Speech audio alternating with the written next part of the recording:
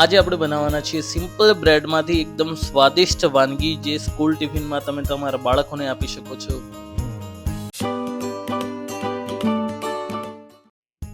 Hello friends, ફરીથી સ્વાગત છે તમારું ગુજરાતી કુકિંગ વિથ કવિતામાં.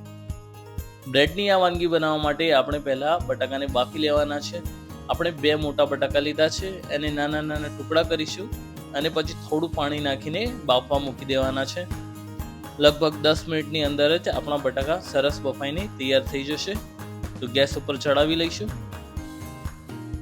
1 કે 2 સીટી વાગે એટલે આપણે ગેસ કરી દઈશું બંધ અને પ્રેશર કુકરમાં ચેક કરી લઈશું. આપણા બટાકા બફાઈને એકદમ સરસ થઈ ગયેલા છે. હવે આપણે બટાકાને કુકરની અંદર જ રાખીને મેશ કરી લઈશું. જો બટાકા સરસ બફાયા હશે તો મેશ કરવામાં બિલકુલ પણ વાર નહીં લાગે. હવે આપણે બીજા એક બાઉલમાં આપણા બાફેલા બટાકાના માવાને કાઢી લઈશું અને એમાં આપણે મસાલા પછી એડ કરીશું. સૌથી પહેલાં આપણે લઈશું કોથમીર અને એને એકદમ નાની નાની બારીક સમારીને એમાં નાખી દઈશું. પછી આપણે એડ કરીશું ચીલી ફ્લેક્સ, કાળા મરીનો પાવડર અને અહીંયા લીધો છે ઓરેગાનો. આ બધાથી એકદમ સરસ ટેસ્ટ આવશે. મસાલા એડ થઈ જાય ત્યારબાદ આપણે બટાકાના માવાને સરસ રીતે મિક્સ કરી લઈશું. બ્રેડની સોફ્ટનેસ, બટાકાનો મસાલો અને ચટણીનો ચટપટો ટ્વિસ્ટ અને ચીઝનો અલ્ટિમેટ પુલ, આ બધું થઈને આ રેસીપી એકદમ લાજવાબ બનાવી દેવાના છે. બટાકાના માવાથી આપણી રેસીપી એકદમ સોફ્ટ અને સ્મૂથ તો થઈ જશે. હવે આપણે એડ કરીશું ક્રિસ્પીનેસ. તો ક્રિસ્પીનેસ એડ કરવા માટે અહીંયા આપણે રસ્ક લીધા છે, જેને આપણે બિસ્કુટ પણ કહીએ છીએ. અહીંયા 5 બિસ્કુટ લીધા છે, એને ગ્રાઇન્ડ કરી લેવાના છે અને એનો પાવડર બનાવી લેવાનો છે. પાવડરને આપણે થોડો દરદરો જ રાખીશું, જેથી આપણે જ્યારે બ્રેડ પલાળીશું એટલે ક્રિસ્પીનેસ એડ થશે. તમે જોઈ શકો છો આ રીતે દરદરો આપણે પીસવાનો છે. હવે આપણે બનાવી લઈએ ચટણી. સૌથી પહેલાં આપણે રેડ ચટણી બનાવીશું. રેડ ચટણી બનાવવા માટે આપણે 5 થી 6 કળી લસણની લીધી છે. એમાં પલાળેલા મરચાં એડ કરીશું. લાલ મરચાં લગભગ 1 કલાક પલાળેલા હતા અને હવે થોડું પાણી અને મીઠું એડ કરીને એને ગ્રાઇન્ડ કરી લઈશું. એકદમ સિમ્પલ રીતે રેડ ચટણી આપણી તૈયાર થઈ જશે. હવે એ જ રીતે આપણે બનાવી લઈએ ગ્રીન ચટણી. ગ્રીન ચટણી બનાવવા માટે આપણે 5 થી 6 કળી લસણની લઈશું. એમાં લીલા મરચાં એડ કરીશું, થોડી કોથમીર એડ કરીશું, જેને ધાણા પણ કહેવાય છે. ધાણા એડ કરીને આપણે એને ગ્રાઇન્ડ કરી લઈશું. થોડું પાણી નાખીને મીઠું પણ એડ કરીશું અને તમે જોઈ શકો છો સરસ રીતે આપણી ગ્રીન ચટણી પણ તૈયાર થઈ ગઈ છે.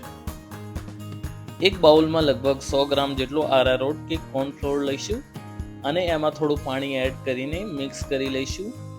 જોઈ શકો છો આ રીતે પતલી કન્સિસ્ટન્સીનું આપણે પેસ્ટ તૈયાર કરીશું. તો આપણા લગભગ બધા જ ઇન્ગ્રેડિયન્ટ તૈયાર છે. હવે આપણે બ્રેડ ઉપર આવી જઈએ. બ્રેડની સ્લાઇસને રાઉન્ડ કટ કરીશું.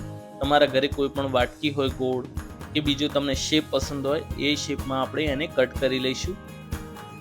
જોઈ શકો તો એકદમ પરફેક્ટ ગોળ આપણે કટ કરી છે અને બહુ બધી બ્રેડ આપણે તૈયાર કરી લઈશું.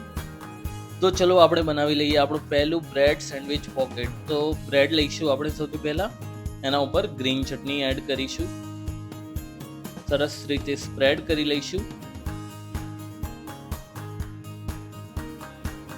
હવે બીજી બ્રેડ લઈશું, એના ઉપર રેડ ચટણી એડ કરીશું અને એને પણ એ જ રીતે સ્પ્રેડ કરી લઈશું.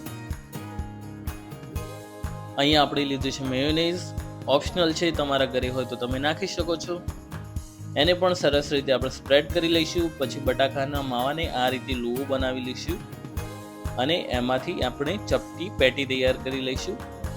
એ પેટીને આપણે બ્રેડ પર મૂકીને એકવાર પ્રેસ કરી લઈશું, જેથી એનો શેપ પકડી લે. ઉપરથી એડ કરીશું ચીઝની એક સ્લાઇસ અને એના ઉપર બ્રેડ મૂકીને પ્રેસ કરી લઈશું. હવે આ જ રીતે આપણે બીજા બ્રેડ પોકેટ પણ તૈયાર કરી લઈશું. જો તમે હંમેશા કન્ફ્યુઝનમાં રહો છો કે સવારે ઉઠીને બાળકો માટે શું બ્રેકફાસ્ટ બનાવો કે એમને ટિફિનમાં શું આપવું, તો આ રેસીપી ચોક્કસથી ટ્રાય કરજો. બાળકો એકવાર ખાશે અને એમને પસંદ પડી જશે. વધેલી રોટલીમાંથી પણ નાસ્તો બનાવવો હોય તો અમે એ વિડીયો અપલોડ કરી ચૂક્યા છીએ, તમે ચેનલ પર જઈને જોઈ શકો છો. તો આપણે બ્રેડ પોકેટ ઉપર આપણી ચટણીઓ લગાવી ચૂક્યા છીએ. મેયોનેઝ સ્પ્રેડ કરી લીધો છે.